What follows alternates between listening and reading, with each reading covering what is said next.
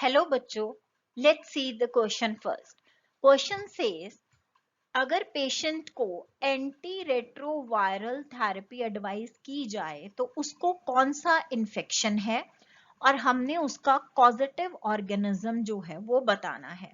तो इस क्वेश्चन में हमारे पास जो पहले हम की कॉन्सेप्ट अगर देखते हैं तो वो है एंटी रेट्रोवायरल थेरेपी यानी कि आर्ट थेरेपी।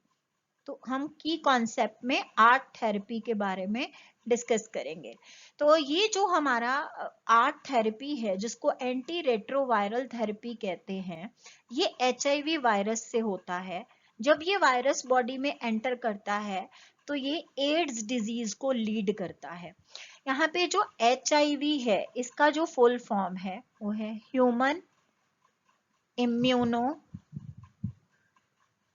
Deficiency virus. तो ये वायरस जो है एक रेट्रो वायरस है और जब ये बॉडी में एंटर करता है तो वहां पे एड्स डिजीज जो है वो होता है। तो एड्स डिजीज का जो फुल फॉर्म है वो है acquired immuno deficiency syndrome. Syndrome हम उन डिजीजेस को कहते हैं जो डिजीज अपने साथ और बहुत सारे कॉम्प्लिकेशंस लेके आए। अब ये जो एचआईवी वायरस है जो कि एक रेट्रो वायरस है, ये बॉडी के अंदर जो हेल्पर टी सेल्स होते हैं उनको इफेक्ट करता है, उनको डिस्ट्रॉय करता है। इन टी हेल्पर सेल्स को हम लोग CD4 सेल्स भी कहते हैं।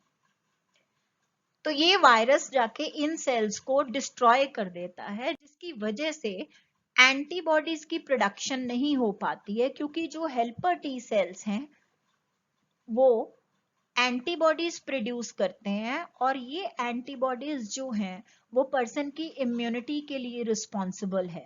तो अगर एंटीबॉडीज ही प्रोड्यूस नहीं होंगे क्योंकि वो सेल्स ही डैमेज हो गए जो ये बॉडीज प्रोड्यूस कर रहे हैं, तो एज अ रिजल्ट पर्सन की इम्यूनिटी कॉम्प्रोमाइज हो गई।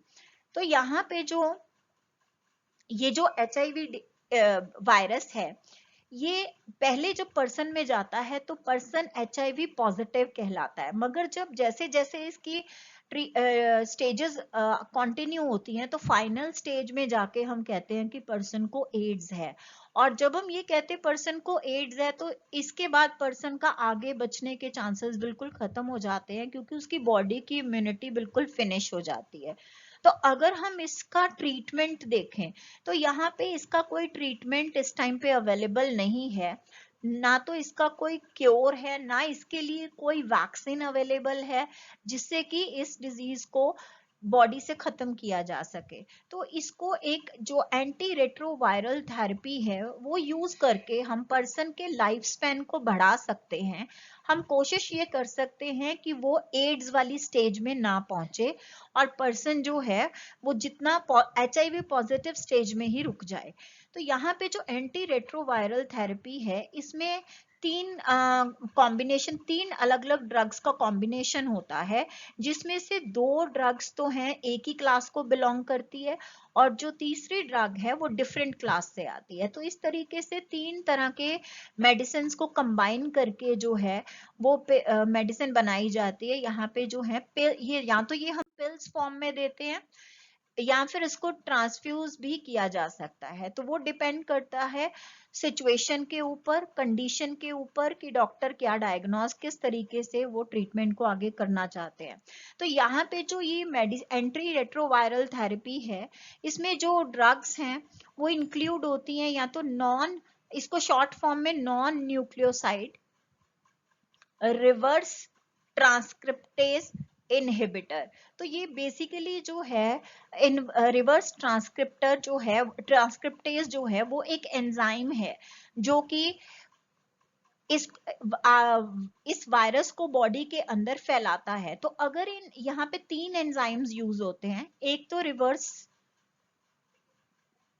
ट्रांसक्रिप्टेज, तो अगर इस एंजाइम को हम किसी तरीके से इसको इनहिबिट करें या फिर प्रोटीएज एंजाइम है उसको इनहिबिट किया जाए, उसका इनहिबिटर, या फिर जो इंटेग्रेज एंजाइम है उसको इनहिबिट किया जाए, तो इस तरीके से जो है आर्ट थेरेपी में ये मेडिसिन इनहिबिटर्स देके इनके इन एंजाइम्स को इनएक्टिव करके पर्सन को एक लाइफ स्पैन देने की कोशिश की जाती है। तो फाइनली जो डिजीज है वो एड्स है, जो इसके लिए थेरेपी यूज हो रही है वो आर्ट थेरेपी है, और जो कॉजेटिव ऑर्गेनिज्म है वो है HIV virus. I hope you understood it well. Best of luck.